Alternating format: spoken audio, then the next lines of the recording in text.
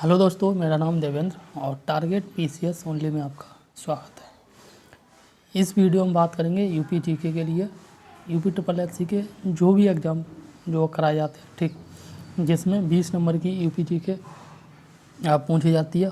वो 20 number cover इस video से हो जाएंगे और ये वीडियो केवल उन छात्रों के लिए है जो छात्र ऑलरेडी यूपी जीके का जो है कोर्स कर चुके हैं और लास्ट टाइम में रिवीजन करना चाहते हैं, ठीक। तो in this video we will discuss about Uttar Pradesh की भौगोलिक संरचना, ठीक। तो यहाँ शुरुआत करते हैं।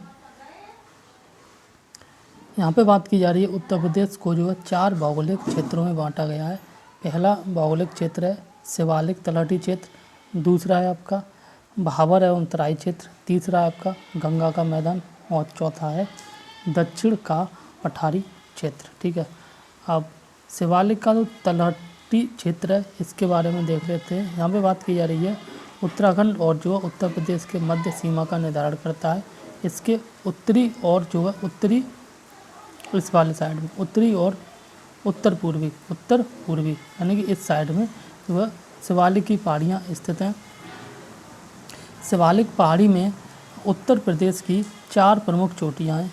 एक है अमसोर चोटी, दूसरी है सहनसरा चोटी, तीसरी है भैंसिया और चौथी है आपकी शाकंभरी और या फिर जो है मान मोहंद, ठीक है। देखो यहाँ पे इम्पोर्टेंट पॉइंट ये है कि उत्तर प्रदेश की सबसे ऊंची चोटी कौन सी है, तो वो है आपकी अमसोर, ठीक। और यह सहारनपुर ज़िले में स्थित है, ठीक। और सहारनपुर ज़िला जो है उत्तर प्रदेश का सबसे उत्तरी ज़िला है, ठीक। और ये इस जगह पड़ती है, ठीक। नेक्स्ट कह रहा है दक्षिण का पठारी क्षेत्रफल, ठीक। इसके अंतर्गत जो है पठारी क्षेत्रफल ये वाला है, ठीक, ये वाला। इसके अंतर्गत जो है बुंदेलखंड और बघेलखंड का पठार आता है। इसकी ऊंचाई जो है औसत ऊंचाई 300 मीटर है और राज्य में विस्तार इसका ललितपुर, झांसी, जालौन, हमीरपुर और महोबा, बांदा, चित्रकूट और प्रयागराज में है, ठीक। का जो दक्षिणी क्षेत्र मेजा और करछना तहसील मिर्ज़ापुर में भी आता है, ठीक। नेक्स्ट बात करें बघेलखंड में जो है बघेलखंड में चलास नामक घास एवं जो है बघेलखंड में क्षेत्र में शंकु आकार के टीले पाए जाते हैं। प्रमुख नदियां हैं चंबल नदी है, बेतवा नदी, केन नदी, टोंस नदी और सोन नदी है, ठीक। इस वीडियो को आप बिल्कुल चुपचाप से सुनते रहना अगर आपने पहले से यूपीजी के कवर कर रखा है तो, ठीक। नेक्स्ट कह रहा है भाबर और तराई क्षेत्र। तो भाबर और जो तराई क्षेत्र का विस्तार जो है शिवालिक पहाड़ियों के समानांतर पश्चिम में सहारनपुर से लेकर जो है पूरब में पश्चिम में सहारनपुर से लेकर पूरब में कुशीनगर और कुशीनगर का जो हेडक्वार्टर है जिला का वो पटरौना है, ठीक है, तक जो है उत्तर प्रदेश की संपूर्ण लंबाई में है। भाबर क्षेत्र में ढाल कम होने के कारण नदियों का प्रवाह अधिकतम अपेक्षाकृत कम है, ठीक। और जिसके कारण जो है नदियाँ अधिक मात्रा में अवसादों का जो है निक्षेप करती हैं। अवसादों का निक्षेप करने का मतलब है अवसादों को जो है नदियाँ इकट्ठा करती हैं, ठीक।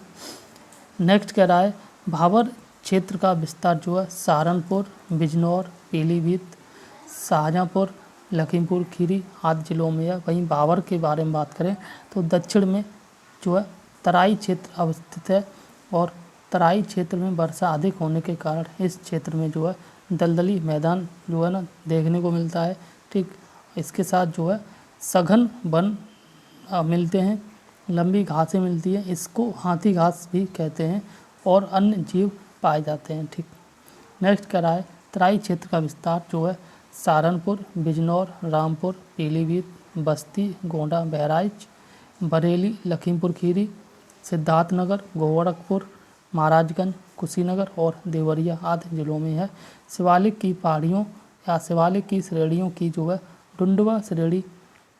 डुंडवा श्रृंखला पूर्वी उत्तर प्रदेश के तराई भाग तक विस्तृत है। गंगा का मैदानी क्षेत्र इसकी ऊंचाई लगभग 80 मीटर से 300 मीटर है, ठीक। और यहाँ बात की जा रही है भाबर एवं तराई प्रदेश तथा दक्षिण के पठारी जो है ना प्रदेश के मध्य में है, ठीक। ऊपर का भाग है भाबर का और नीचे का भाग है आपका ये वाला दक्षिण का पठारी भाग और ये बीच वाला भाग है गंगा का मैदानी भाग, ठीक। यह क्षेत्र गंगा और उसकी सहायक नदियों, गंगा की सहायक नदियों है, यमुना है, रामगंगा है, गोमती है, घाघरा है, शारदा है, राप्ती, गंडक और बूढ़ी गंडक बहाकर लाई गई कांप मिट्टी, ठीक है, और कीचड़ और बालू मिट्टी द्वारा निर्मित उपजाऊ क्षेत्र है, ठीक। और इस क्षेत्र की मिट्टी को हम जलोढ़ मिट्टी के नाम से जानते हैं, ठीक। नेक्स्ट कह रहा है इस मैदान का ढाल उत्तर पश्चिम, इस मैदान का ढाल जो है उत्तर पश्चिम ये वाला पार्ट से और दक्षिण पूर्व ये वाले से ये वाले, यानी कि इस प्रकार से, ठीक, की ओर है, उत्तर पश्चिम से दक्षिण पूर्व की, यानी कि इधर से लेके इधर है, ठीक। नेक्स्ट कह रहा है पश्चिमी भाग का ढाल जो है पूर्वी भाग की ढाल की अपेक्षा अधिक है, यानी कि इधर ढाल जो है ना कि पश्चिमी भाग की अपेक्षा पूर्वी भाग जो है अधिक ढाल है, यानी कि पश्चिमी भाग ऊंचा है तो और पूर्वी भाग नीचा है, ठीक। गंगा यमुना के मैदानी प्रदेश को दो उपभागों में बांटा गया है, एक बांगर और एक कादर। इसके बारे में आपको पता ही होगा, बांगर पुरानी जलोढ़ मृदा से निर्मित होता है, कादर नवीन जलोढ़ मृदा से निर्मित होता है, ठीक। यहाँ पर नेक्स्ट कह रहा है फैक्ट में उत्तर प्रदेश मंत्रिमंडल ने राज्य पुलिस बल में पूर्व अग्निवीरों को 20% क्षैतिज आरक्षण देने का जो है निर्णय लिया है, ठीक। नेक्स्ट कह रहा है उत्तर प्रदेश की भूगर्भिक चट्टानों का वितरण, ठीक।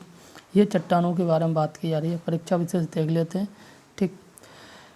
भाबर क्षेत्र जो है वो राज्य के सबसे ऊपरी भाग में एक पतली पट्टी के रूप में स्थित है और प्रदेश में चंबल व यमुना नदी के तट पर सर्वाधिक भीड़ों का निर्माण हुआ है। सोनभद्र का कुछ भाग जो है बुंदेलखंड क्षेत्र में एवं कुछ भाग जो है बघेलखंड क्षेत्र में आता है, ठीक। उत्तर प्रदेश के 11 जिलों में पठारी, पहाड़ी और बुंदेलखंड क्षेत्र का विस्तार है। 11 जिलों में पठारी भाग है, पहाड़ी या फिर बुंदेलखंड भाग है। बुंदेलखंड क्षेत्र का पश्चिमी भाग सीमा जो है पश्चिमी सीमा पर बेतवा नदी पर प्रवाहित होती है, ठीक। इसमें आगे बोल रहा है भूगर्भिक संरचना के बारे में, उत्तर प्रदेश की जो भूगर्भिक संरचना इसके बारे में, ठीक। उत्तर प्रदेश भूगर्भिक दृष्टि से भारत के प्राचीनतम गोंडवाना लैंड का भाग है, ठीक है। और ये वाला प्रश्न बन जाता है कई बार, ठीक है, कि उत्तर प्रदेश जो है किस लैंड या किस जमीन का भाग है, तो वो है गोंडवाना लैंड का भाग है, ठीक। उत्तर प्रदेश की जो भूगर्भिक संरचना का निर्माण आर्कियन, विंध्यन, गोंडवाना, टर्सरी और क्वाटरनरी प्रकार के शैलों से हुआ है। उत्तर प्रदेश में गंगा के मैदानी क्षेत्र का निर्माण जो प्लीस्टोसीन युग से आरंभ हुआ है, जिसके विस्तार की प्रक्रिया आज भी जारी है, जबकि दक्षिण में जो है स्थित पठारी भाग का निर्माण जो है प्री कैम्ब्रियन युग में विंध्यन क्रम की शैलों से हुआ है, ठीक। इन शैलों में जीवाश्म अवशेषों का अभाव पाया जाता है। प्री कैम्ब्रियन युग में जो विंध्यन क्रम की शैलों से हुआ है और विंध्यन क्रम की शैलों में जीवाश्मों का अभाव देखने को मिलता है। जीवाश्म का अभाव होता है, यानी कि जीवों के अंश इस प्रकार की जो है क्षेत्र में नहीं मिलते हैं, ठीक। नेक्स्ट कह रहा है कैमूर श्रेणी की चट्टानों का निर्माण विंध्य क्रम की शैलों द्वारा हुआ है, ठीक। और नेक्स्ट कह रहा है जिसमें कठोर बलुआ पत्थर, क्वार्ट, जाइट एवं कांग्लोमेरेट खनिज तत्व पाए जाते हैं। इस श्रेणी का विस्तार उत्तर प्रदेश, मध्य प्रदेश और बिहार राज्य में स्थित है। नेक्स्ट कह रहा है बुंदेलखंड नीज का निर्माण जो आदिकल्प की प्राचीनतम शैलों से हुआ है, जिसमें लाल और थोक्लेज फेल इस पर लाल क्वार्ट्ज, हॉर्न ब्लेंड, क्लोराइड आदि खनिजों का मिश्रण पाया जाता है। और वहीं आगे कह रहा है प्रदेश की जो उत्तरी भाग में स्थित हिमालय पर्वत श्रृंखलाओं का निर्माण जो है टर्सरी काल में हुआ है, ठीक। नेक्स्ट कह रहा है प्रदेश के तराई एवं भावर क्षेत्र का निर्माण जो है क्वाटरनरी क्रम की शैलों से हुआ है, जिसमें मुख्यतः जो है बलुआ पत्थर, कंकड़ और बालू पाए जाते हैं। ये इंपॉर्टेंट है, यहाँ पर देख लेना कि तराई और भावर क्षेत्र में, ठीक है, इनका निर्माण हुआ है क्वाटरनरी क्रम की शैलों से। और भावर और तराई क्षेत्र में स्पेशली जो मिट्टी होती है उस मिट्टी में बलुआ पत्थर, कंकड़ और बालू आदि पाए जाते हैं, ठीक। विंध्यन शैल समूह की चट्टानें जो है समूह की चट्टानें प्रदेश के मैदानी भाग और प्रायद्वीपीय भारत के मध्य जो विभाजक रेखा का काम करती हैं। गोंडवाना शैल समूह का निर्माण जो कार्बोनिफेरस युग से लेकर जुरासिक युग तक के अवसादों के निक्षेपण से हुआ है, ठीक।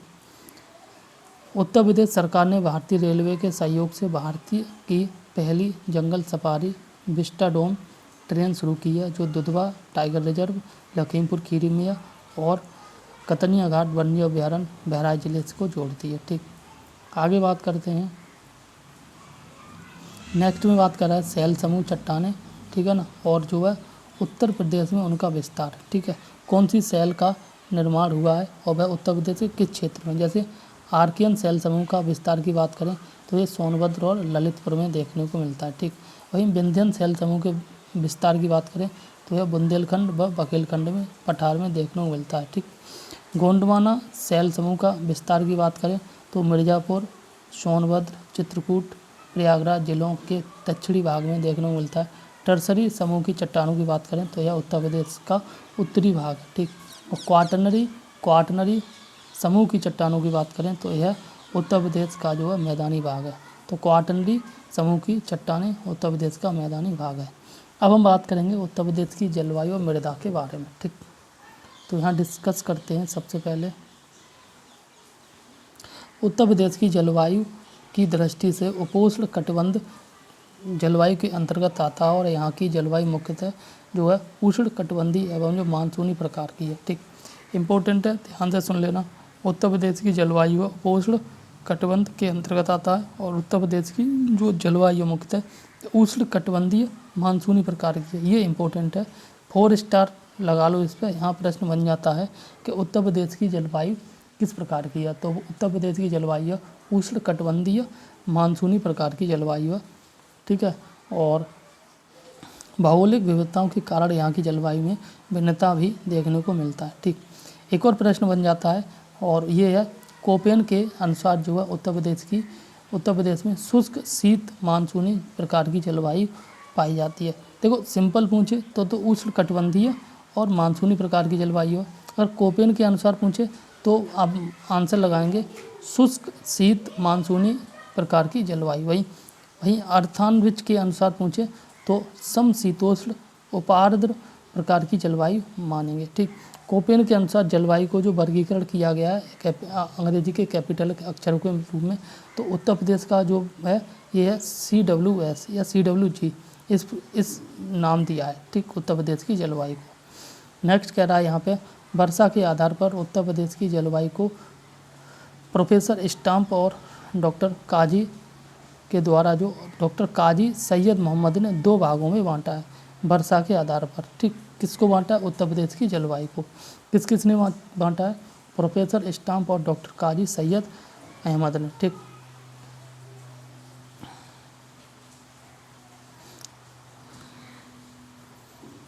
तो यहाँ पे बात की जा रही है उत्तर प्रदेश की जलवायु के बारे में। तो पहला है आपका आर्द्र एवं उष्ण क्षेत्रीय जलवायु और दूसरा है आपका साधारण आर्द्र एवं उष्ण क्षेत्रीय जलवायु। ठीक, उत्तर प्रदेश की ऋतुओं के बारे में बात करें तो ये है आपका प्रथम ग्रीष्म ऋतु जो मार्च से जून तक चलती है। ठीक, इसमें बात की जा रही है इस ऋतु में प्रदेश का अधिकतम औसत तापमान 36 डिग्री सेल्सियस से 39 डिग्री सेल्सियस तक, न्यूनतम और औसत तापमान 21 डिग्री से 23 डिग्री सेल्सियस तक रहता है। जबकि औसत तापांतर का मतलब होता है न्यूनतम तापमान और अधिकतम तापमान के बीच में अंतर, दैट इज कॉल्ड तापांतर। ठीक है, तो ये करीब 14 डिग्री सेल्सियस तक रहता है। न्यूनतम तापमान है आपका 21 डिग्री सेल्सियस और अधिकतम जो है 23 डिग्री सेल्सियस। ठीक है, औसत तापमान है। ठीक, आगे बात की जा रही है इस अवधि में प्रदेश में दोपहर के समय गर्म और शुष्क पश्चिमी हवाएं तीव्र हो जाती हैं, जिन्हें लू कहा जाता है। ठीक है, तो ये सब सिंपल है, जस्ट एक बार पढ़ लेना है आपको, हालांकि पता तो है ही आपको। ठीक है, कर्क रेखा के समीप होने के कारण जो है उत्तर प्रदेश के बुंदेलखंड क्षेत्र में सर्वाधिक औसत तापमान पाया जाता है, यानी कि सर्वाधिक गर्मी पाई जाती है बुंदेलखंड क्षेत्र में। ठीक है ना, और अगर हम जिला की बात करें तो ये आपका आगरा है।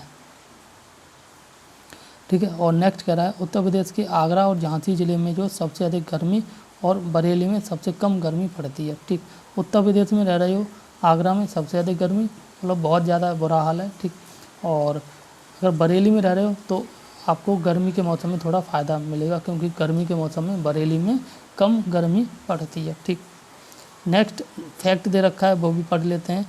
उत्तर प्रदेश सरकार ने सार्वजनिक संचार अवसंरचना को सुदृढ़ बनाने के लिए बरेली में जो है राज्य का प्रथम हाईटेक मीडिया टावर का जो है ना बरेली में, ये इम्पोर्टेंट है, हो सके आ जाए, बरेली में राज्य का प्रथम हाईटेक मीडिया टावर की बनाने की मंजूरी दी है। कहाँ पे? बरेली में, ठीक है।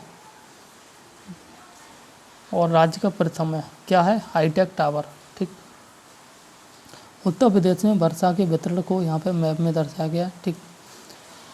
ये आप खुद से देख लेना। हाँ, एक और बात बताऊँ, अगर आप यहाँ तक आएँ तो मैं कहूँगा कि अगर PDF की आपको ज़रूरत है, कंप्लीट बुक है, ठीक है ना, तो मैं कहूँगा पहले आप मार्केट जाएं और प्रॉक्सिमा पब्लिकेशन के द्वारा ये बुक छापी गई है, बहुत ही कमाल की बुक है। आप चाहें तो मार्केट में जाके ले लें, और अगर आपको PDF चाहिए तो आप कमेंट बॉक्स में कमेंट कर देना, मैं आपको PDF प्रोवाइड कराने की कोशिश करूँगा, ठीक। यहाँ पे बात की जा रही है परीक्षा विशेष, तो ग्रीष्म ऋतु में जो है प्रदेश के दक्षिण भाग बुंदेलखंड, ठीक है, तब में जो अधिकतम तापमान का कारण जो कर्क रेखा के नज़दीक होना है, ठीक है। एंड यहाँ पे बात की जा रही है प्रदेश में होने वाली जो संपूर्ण वर्षा का 75 से 80% भाग दक्षिण पश्चिमी मानसून से प्राप्त होता है। ग्रीष्म ऋतु में सर्वाधिक औसत तापमान आगरा में और बुंदेलखंड क्षेत्र में रहता है, ठीक। सबसे कम तापमान कहाँ रहता है? बरेली में। उत्तर प्रदेश में जो कल्याणपुर, अलीगढ़ और घोसी मऊ में 100 किलोवाट क्षमता की दो सौर फोटोवोल्टिक जो है ना प्रौद्योगिक आधारित परियोजनाएं स्थापित की गई हैं। आगे यहाँ पे देखते हैं वर्षा ऋतु में जो है ना ये होती है जून से अक्टूबर तक, ठीक। इस अवधि में जो है प्रदेश का अधिकतम औसत तापमान 32 डिग्री सेल्सियस से 34 डिग्री सेल्सियस तक रहता है, अधिकतम तापमान, ठीक। और न्यूनतम औसत तापमान की बात करें तो करीब करीब 25 डिग्री सेल्सियस तक रहता है। जबकि तापांतर की बात करें, तापांतर मतलब अधिकतम ताप और न्यूनतम ताप में अंतर, ये 7 से 8 डिग्री सेल्सियस तक रहता है, ठीक। उत्तर प्रदेश की 75 से 80% वर्षा जो है दक्षिण पश्चिम मानसून के बंगाल की खाड़ी से उठने वाले मानसूनी शाखा से प्राप्त होती है, जबकि अरब सागर शाखा से मुख्यतः उत्तर प्रदेश के पठारी तथा जो पश्चिमी मैदानी वर्षा में जो है ना होती है, मैदान में वर्षा होती है। प्रदेश के गोरखपुर जिले में सर्वाधिक जो है ना वर्षा 184 सिंपल इतना याद कर लो, उत्तर प्रदेश के गोरखपुर में सबसे अधिक वर्षा होती है और वहीं मथुरा जिला में सबसे कम वर्षा होती है, ठीक। गोरखपुर में कितने सेंटीमीटर वर्षा होती है? करीब 184.7 सेंटीमीटर, और मथुरा में वर्षा होती है 54.4 सेंटीमीटर। जबकि प्रदेश के पूर्वी मैदानी क्षेत्र और मध्यवर्ती मैदानी क्षेत्र और पश्चिमी मैदानी क्षेत्र और दक्षिण पहाड़ी जो है पठारी क्षेत्र में औसत वर्षा जो क्रमशः 112.94 सेंटीमीटर होती है, 94 और 84 और जो 91 सेंटीमीटर होती है। लेकिन एक मिनट दोबारा बताता हूँ मैं आपको। पूर्वी मैदानी क्षेत्र में करीब 112 सेंटीमीटर वर्षा होती है, मध्यवर्ती मैदानी क्षेत्र में 94 सेंटीमीटर वर्षा होती है, पश्चिमी मैदानी क्षेत्र में 84 सेंटीमीटर वर्षा होती है और दक्षिण पठारी क्षेत्र में 91 सेंटीमीटर वर्षा होती है। तो सबसे अधिक वर्षा होती है पूर्वी मैदानी क्षेत्र में, सबसे कम वर्षा होती है दक्षिण पठारी क्षेत्र में 91 सेंटीमीटर, ठीक। प्रदेश में लगभग जो 83% वर्षा जुलाई से सितंबर के मध्य जो है ना हो चुकी होती है, बाकी बची हुई 17% वर्षा सर्दियों में होती है, ठीक।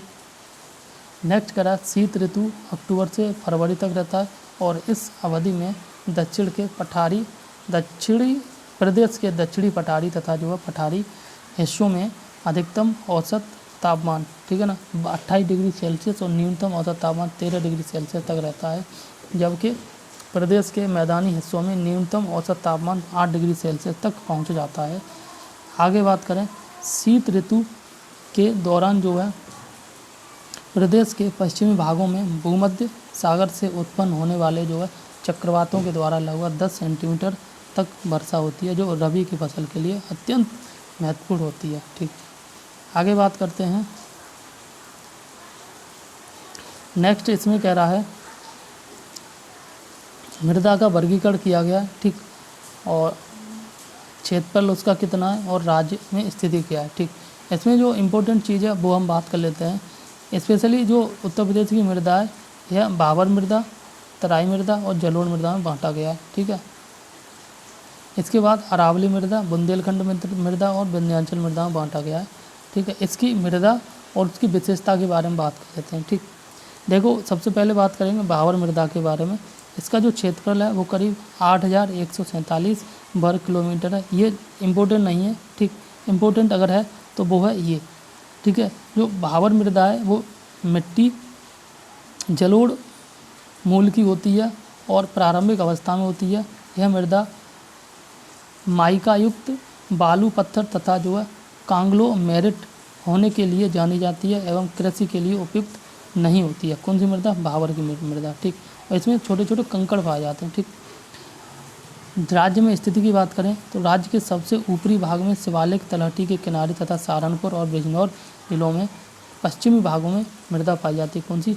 भावर मृदा। ठीक, तराई मृदा के बारे में बात करें, इसका अन्य नाम है आपका दोमट मृदा। ठीक, इसका जो क्षेत्रफल है वो करीब है आपका 1294 वर्ग किलोमीटर। ठीक, राज्य के जो है उत्तर में हिमालय के नीचे सकरे भाग के सहारे सहारनपुर से देवरिया जिले तक एक पट्टी के रूप में विस्तृत है तराई मृदा, और यह मृदा नदियों के निक्षेपण एवं महीन कणों से निर्मित होती है और तथा नाइट्रोजन और जीवाश्म पदार्थों से भरपूर होती है।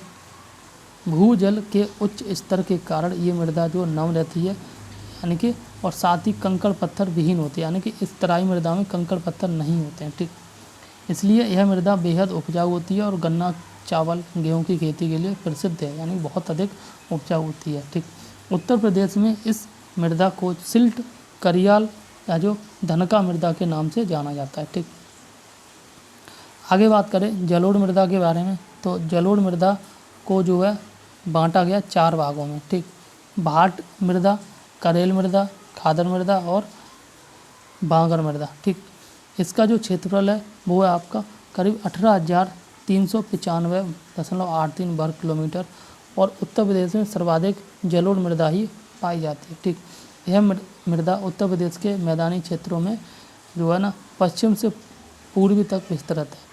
इस मृदा की विशेषता की बात करें तो यह मृदा उत्तर प्रदेश का सबसे बड़ा मृदा समूह है, जिसका निर्माण गंगा और उसकी सहायक नदियों के निक्षेपों से हुआ है। इसमें पोटास और चूना पत्थर पर्याप्त मात्रा में होता है, परंतु नाइट्रोजन, फास्फोरस तथा कार्बन पदार्थ की जो है कमी होती है। जलोढ़ मृदाएं अधिक उपजाऊ होती हैं और लगभग जो सभी प्रकार की फसलों से युक्त होती हैं। ठीक, राज्य के उत्तर पश्चिम भाग में गंगा की सहायक नदियाँ, गंडक एवं घाघरा के निक्षेपण से विकसित मृदाएं उच्च चूनादार होती हैं, जिन्हें स्थानीय जो है भाषा में भाट कहते हैं।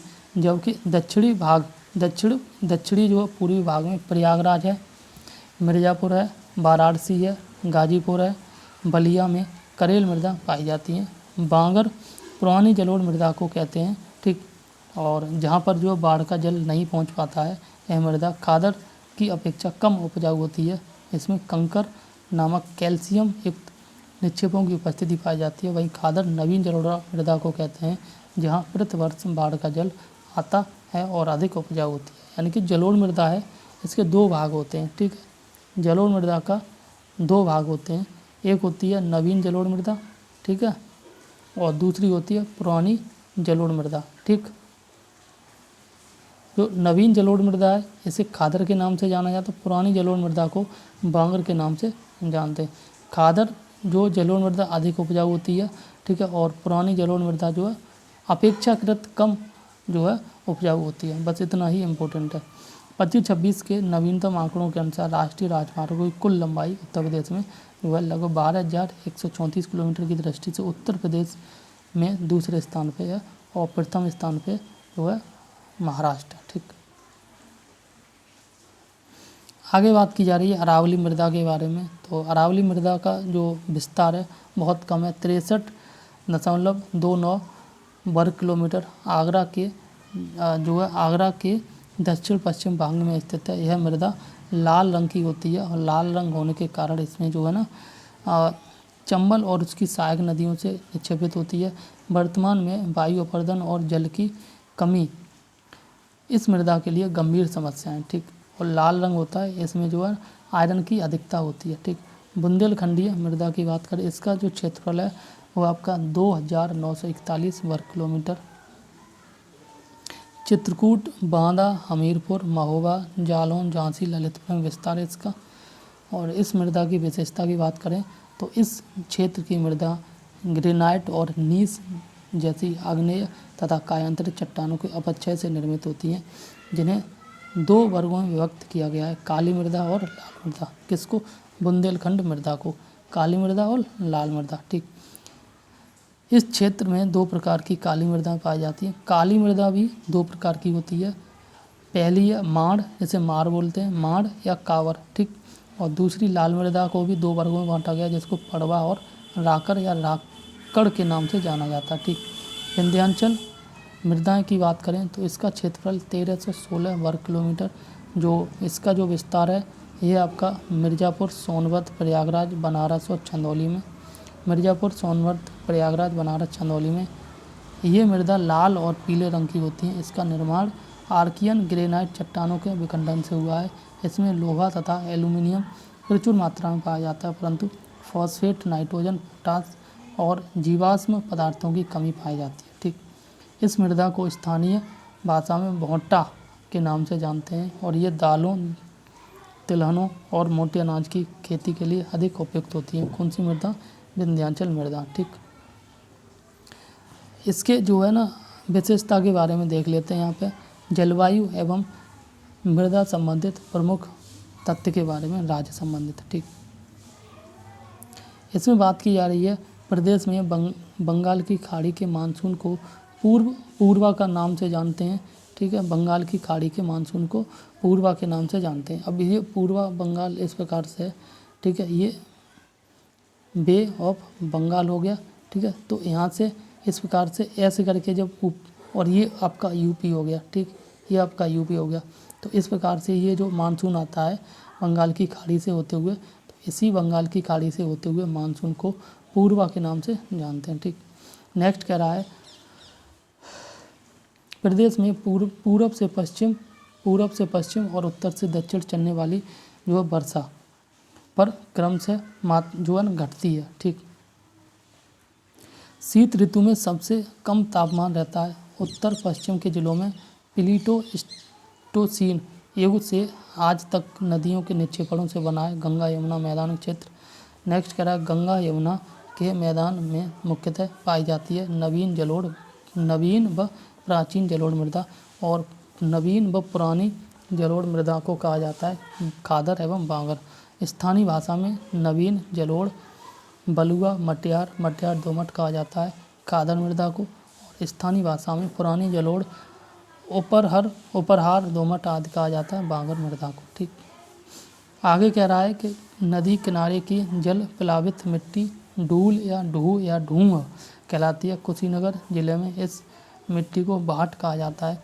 और जलोढ़ मृदा में पोटास एवं चूना की अधिकता होती है, लेकिन जो है कमी होती है, तो वो है फास्फोरस, नाइट्रोजन और जैव तत्व की।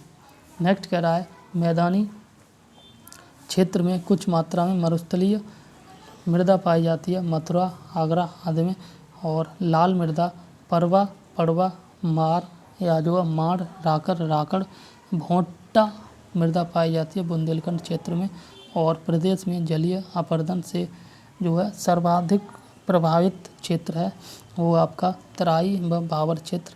और प्रदेश में जो है सर्वाधिक अवनलिका अपरदन जल से वाला क्षेत्र है चंबल नदी क्षेत्र। ठीक, नेक्स्ट कह रहा है प्रदेश में अवनलिका अपरदन जल से सर्वाधिक प्रभावित जिले हैं क्रमशः इटावा और जो है आगरा। ठीक, नेक्स्ट कह रहा है राज्य में वायु अपरदन से सर्वाधिक प्रभावित जिले हैं आगरा और मथुरा। ठीक, देखो इम्पोर्टेंट है, यहाँ ध्यान से पढ़ लेना ये दोनों पॉइंट।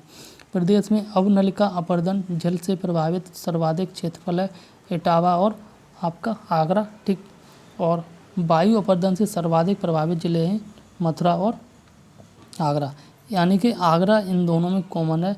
तो हम कह सकते हैं कि जल अपरदन और वायु अपरदन सर्वाधिक आगरा में होता है। ठीक, नेक्स्ट कह रहा है उत्तर प्रदेश के पूर्वी क्षेत्र में पाई जाने वाली बांगर मृदा जो है ये उपरहार मृदा कहलाती है। ठीक, उत्तर प्रदेश सरकार ने मथुरा जिले में भारत का प्रथम राष्ट्रीय गौ संस्कृति संग्रहालय की स्थापना की जाएगी। ठीक, कहाँ पे की जाएगी ये ध्यान से देख लेना, और ये की जाएगी मथुरा जिला में। ठीक।